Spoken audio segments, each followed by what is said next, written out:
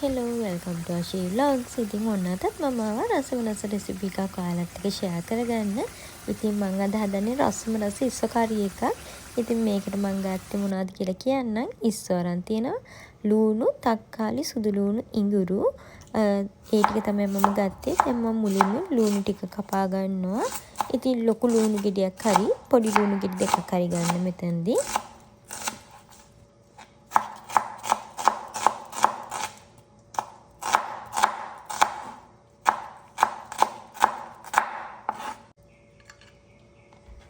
ඊට පස්සේ මම තක්කාලි ගෙඩි දෙකක් පොඩියට කොටු හැඩයට කපා ගන්නවා.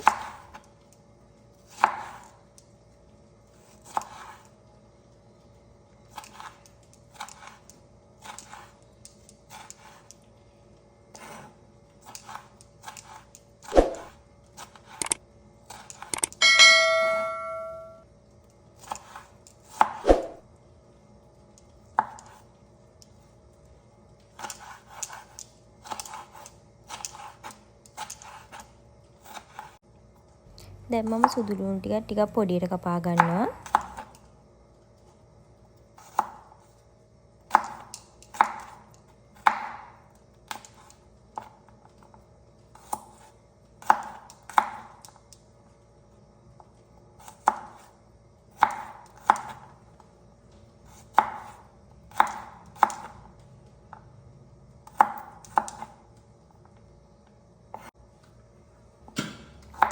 ඉඟුරු ටිකත් මේ වගේ පොඩියට කපා ගන්නවා.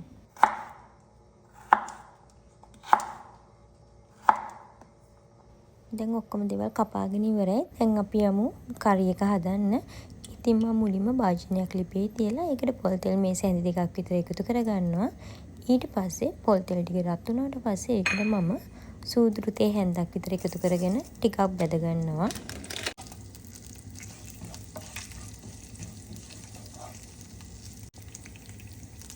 දැන් මම මේ වෙලාවේදී මේකට සුදු ලුණු ටිකත් එකතු කරලා ටිකක් වෙලා බැද ගන්නවා.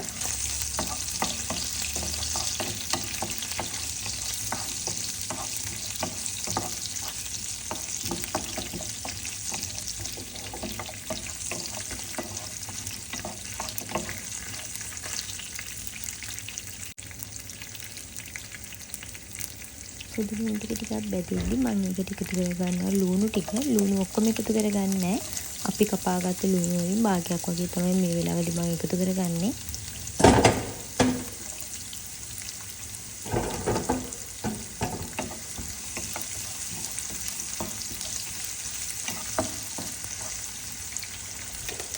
මේකට මම ගම්බිරිස් තේ හැන්දුකුත් එකතු කරගන්නවා. ගම්බිරිස් ඇට තමයි මම එකතු කරගන්නේ.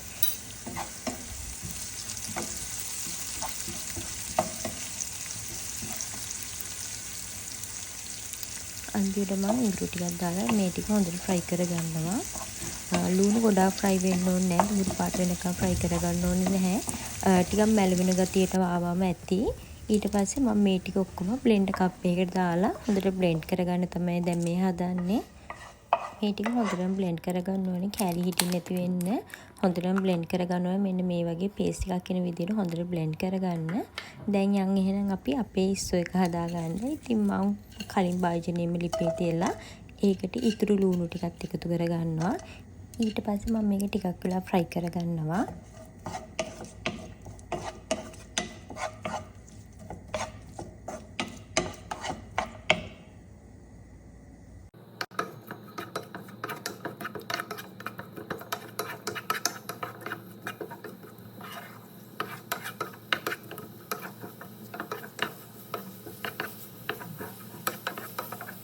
ලුණු ටිකක් බැදීගෙන ඉඳි මම මේකට තක්කාලි ටිකත් එකතු කරගන්නවා. මේ තක්කාලි හොඳට පොඩි වෙන තරමට හොඳට මැලවෙන තරමට අපි උයා ගන්න ඕනේ. ඉතින් මම දැන් සීනින් වහලා මේ විනාඩි 5ක් විතර තක්කාලි ටික හොඳට මැලවෙනකන් උයා ගන්නවා.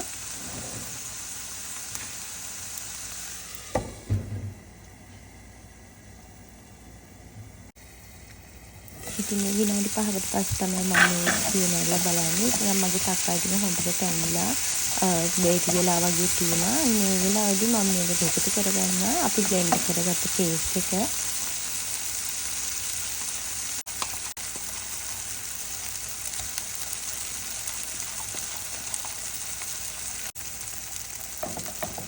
දැන් මම මේකට එකතු කරගන්නවා මිරිස් කුඩු තේ හැඳි 2යි ලුණු ඒ වගේම කහ අමුතුන පහ කුඩු. ඉතින් මේ ඔයාලගේ රස අනුව එකතු කරගන්න පුළුවන්.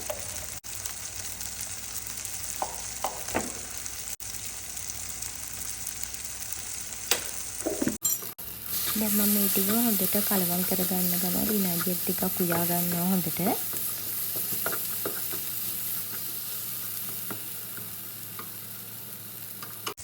විනාඩියක් දෙකක් උයාගත්තට පස්සේ මම මේකට වතුර කෝප්පයක් එකතු කරගන්නවා. ඉතින් මම බ්ලෙන්ඩ් කප් එකකින් ඉඳලා තමයි එකතු කරගත්තේ. වතුර එකතු කරාට පස්සේ විනාඩි 2-3ක් මම උයා ගන්නවා හොඳට මේක.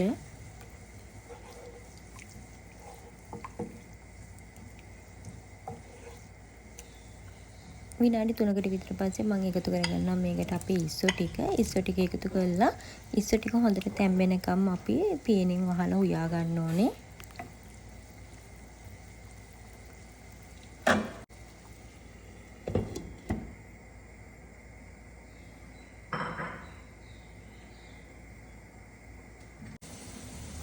ඉතින් මේ තියෙන්නේ අපි හදාගත්ත ඉස්සෝ කරියක. ඉතින් මේ වෙලාවේදී ඔයාලට මේ හොදි ගතිය ඇතිනම් මේ වෙලාවේදී ලිප් ඔෆ් කරගන්න පුළුවන්. එහෙම නැත්නම් තව ටිකක් වෙලා ලිපේ තියාගෙන මේ හොදි ගතිය අඩු කරගන්න පුළුවන්. ඊට පස්සේ මම මේකට ටිකක් එකතු කරගන්නවා කොත්තමල්ලි කොළයි මිංචි කොළ ටිකකුයි. ඉතින් ඔයාලක් තියෙනවා නම් එකතු කරගන්න. මොකද ඒ වෙනුත් මේ කරියකට අමුතු රසක් එකතු වෙනවා. ඉතින් ඔයාලත් ඒ වගේ දේවල් තියෙනවා නම් එකතු කරගන්න. නැත්තම් එහෙම ප්‍රශ්නයක් නැහැ. ඉතින් දැන් මම ඉස්සෝ කරි එක හදාගෙන ඉවරයි. ඉතින් මේ තියෙන්නේ මම හදාගත්ත රසම රස ඉස්සෝ කරි එක. ඉතින් මේක ඇත්තටම හරිම රසයි. ඒ වගේම හරිම ඉක්මනටම හදාගන්න පුළුවන් ඉස්සෝ කරි එක. ඉතින් අනිවාර්යයෙන්ම ඔයාලා try කරලා බලන්න. ඔයාලා try කරලා මට කමෙන්ට් එකක් දාන්න කොහොමද රස කියලා. ඉතින් අපි හැමදාම එකම විදිහට හදන්න නැතුව ටිකක් වෙනස් කෑම හදන්න අපි හැමෝම ආසයිනේ. ඉතින් ඒකෙන් තමයි මමත් එක જાති රෙසිපිස් ඔයාලත් එක්ක ෂෙයා කරගන්නේ. ඉතින් මේ වීඩියෝ එක හොඳයි නම් ලයික් එකක් දාන්න, කමෙන්ට් එකක් දාන්න අමතක කරන්නත් එපා. ඒ වගේම මගේ channel එක subscribe කරන්න අමතක කරන්නත් එපා.